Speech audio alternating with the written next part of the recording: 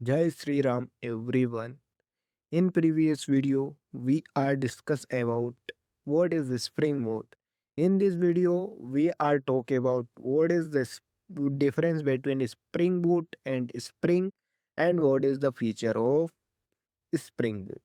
हमें spring boot की क्या आवश्यकता पड़ी जब हमारे पास जेएसपी, सर्वलेट, हाइबरनेट और स्प्रिंग बूट जैसे फ्रेमवर्क ऑलरेडी अवेलेबल थे। तो हम सारी चीजें जानेंगे इस वीडियो में। तो सबसे पहले हम डिस्कस करते हैं कि स्प्रिंग बूट और स्प्रिंग में क्या डिफरेंस है। तो सबसे पहला डिफरेंस ये है कि हमें स्प्रिंग फ्रेमवर्क में सारी चीज़ें मैन्युअली कॉन्फ़िगर करनी पड़ती थी। हमें उसमें एक्सएमएल खुद से लिखनी पड़ती थी और यही सेम चीज़ जेएसपी में भी करनी पड़ती थी और सर्वलेट में भी करनी पड़ती थी। लेकिन जब से स्प्रिंग बूट आया है, तब से हमें सारी की सारी चीज़ें ऑटो कॉन्फ़िगर्ड होती मिलती है, जिसमें हमको कोई भी एक्सएमएल अलग से नहीं लिखनी पड़ती और कोई भी कार्य अलग से नहीं करना पड़ता। इसमें सारी की सारी चीज़ें ऑटो कॉन्फ़िगर्ड होती है। ये इसका सबसे बड़ा एडवांटेज है। दूसरा है कि इसमें जो है स्प्रिंग में जो है सेटअप जो है थोड़ा कॉम्प्लेक्स होता था। बल और हमें चीज़ें लिखने में थोड़ी डिफ़िकल्टी आती थी क्योंकि इसमें हमको एक्सएमएल खुद से लिखनी पड़ती थी और कोड भी बहुत ज़्यादा बड़ा हो जाता था जिसकी वज़ह से। लेकिन स्प्रिंग बूट में हम स्प्रिंग इनिशियलाइज़र की सहायता से वेरी ईज़िली हम कोई भी प्रोजेक्ट बना सकते हैं और हमें ज़्यादा लाइन्स ऑफ कोड नहीं लिखना पड़ता। कोई भी सेटअप हमें खुद से नहीं करना पड़ता, सारी की सारी चीज़ें ऑटोमेटिकली हो जाती है। स्प्रिंग इनिशियलाइज़र की मदद से हम कोई भी डिपेंडेंसीज़ ऑटोमेटिकली लगा सकते हैं। हमें जो भी डिपेंडेंसीज़ चाहिए, हम उसको प्रोजेक्ट में ऐड कर सकते हैं विदाउट एनी एक्सप्लिसिट सेटअप। ये है दूसरा एडवांटेज। हम अगर तीसरे एडवांटेज की तरफ बढ़े, तो हमें कोई भी एक्सटर्नल सर्वर की नीड नहीं रहती है स्प्रिंग बूट में।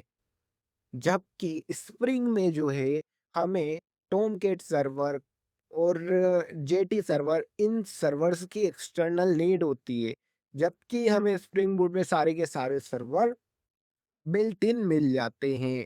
उसके बाद लर्निंग कर्व जो है थोड़ा डिफ़िकल्ट रहता है या हायर रहता है इसका, थोड़ा ज़्यादा रहता है इसलिए किसका? स्प्रिंग का। वहीं दूसरी जगह स्प्रिंग बूट जो है बिगिनर फ्रेंडली है और इसमें बहुत कम कोड लिखने पे ही हमारा कार्य हो जाता है। उसके बाद प्रोजेक्ट का जो स्पीड है वो स्लो होती है और जबकि इसके डिप्लॉयमेंट की स्पीड क्या रहती है? फास्ट रहती है।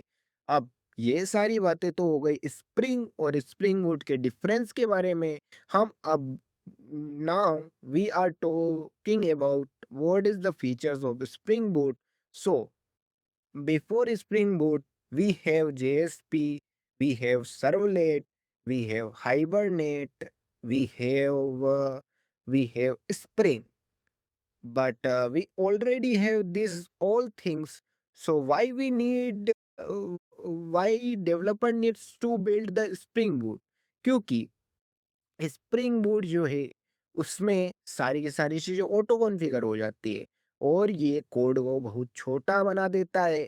बिफोर स्प्रिंग बूट हमें जेएसपी यूज़ करते थे, सर्वलेट यूज़ करते थे, स्प्रिंग यूज़ करते थे। जिन सारी चीज़ों में हमको एम्बेडेड सर्वर और हमको कोई भी सर्वर लाइक टॉमकैट, जेटी, अंडरटो खुद से लगाना पड़ता था और कोई भी चीज़ ऑटो कॉन्फ़िगर नहीं होती थी। हमें हमको सारी की सारी चीज़ें एक्सएमएल के रूप में खुद से लिखनी पड़ती थी। इन सारी चीज़ों में क्या होता था, हमें एक्सएमएल खुद से लिखनी पड़ती थी। सारी की सारी चीज़ें हमें खुद से लिखनी पड़ती थी और उसमें कॉन्फ़िगरेशन हाई रहती थी और कोड्स ऑफ लाइन भी बहुत ज़्यादा रहते थे। तो वो बहुत डिसएडवांटेज था जिसकी वजह से हमें कोई भी प्रोजेक्ट बनाने में बहुत ज़्यादा टाइम लगता था और उसमें डिपेंडेंसीज़ लगाने में भी टाइम लगता था क्योंकि हमको एक्सएमएल खुद से लिखनी पड़ती थी। तो अब हम इसके फीचर्स के बारे में बात करते हैं, तो आपको थोड़ी और नॉलेज हो जाएगी कि जेएसपी सर्वलेट और स्प्रिंग से क्यों बेटर है स्प्रिंग बूट। सो सबसे पहला फीचर तो ऑटो कॉन्फ़िगरेशन है। ऑटो कॉन्फ़िगरेशन का मतलब क्या होता है सर? ऑटो कॉन्फ़िगरेशन का मतलब ये होता है कि it automatically set up your project based on library. Library हम जो जैसी भी लाइब्रेरी ऐड करेंगे, उसके हिसाब से पूरा का पूरा सेटअप ऑटोमेटिकली जनरेट हो जाएगा हमारे लिए प्रोजेक्ट में। ये है इसका सबसे बड़ा benefit. So you right less code, जिसकी वजह से हमको बहुत कम कोड लिखना पड़ता है। जो चीज हम जेएसपी और सर्वलेट में 100 लाइन्स में कर रहे थे, 100 लाइन्स में हो रही थी, जो चीज जेएसपी और सर्वलेट में 100 लाइन्स में हो रही थी, वो चीज अब स्प्रिंग बूट में केवल 25 लाइन्स ऑफ कोड में हो जाएगी। इसका मतलब है सारी की सारी चीजें ऑटो कॉन्फ़िगर हो रही है। हमें खुद से कुछ लिखना नहीं पड़ रहा, हमको खुद से एक्सएमएल नहीं लिखनी पड़ रही है, क्योंकि एक्सएमएल इसमें ऑटोमेटिकली कॉन्फ़िगर हो जा रही है। स्टैंड अलोन एप्लीकेशन, इसका मतलब क्या है साहब? इसका मतलब है very simple. You can run your app directly without needing an external web server. हमको कोई भी एक्सटर्नल वेब सर्वर की आवश्यकता नहीं है। लाइक टॉमकेट, जेटी, इनकी हमें आवश्यकता नहीं है। ये सारी की सारी चीजें हमें ऑटोमेटिकली मिल रही है इसमें।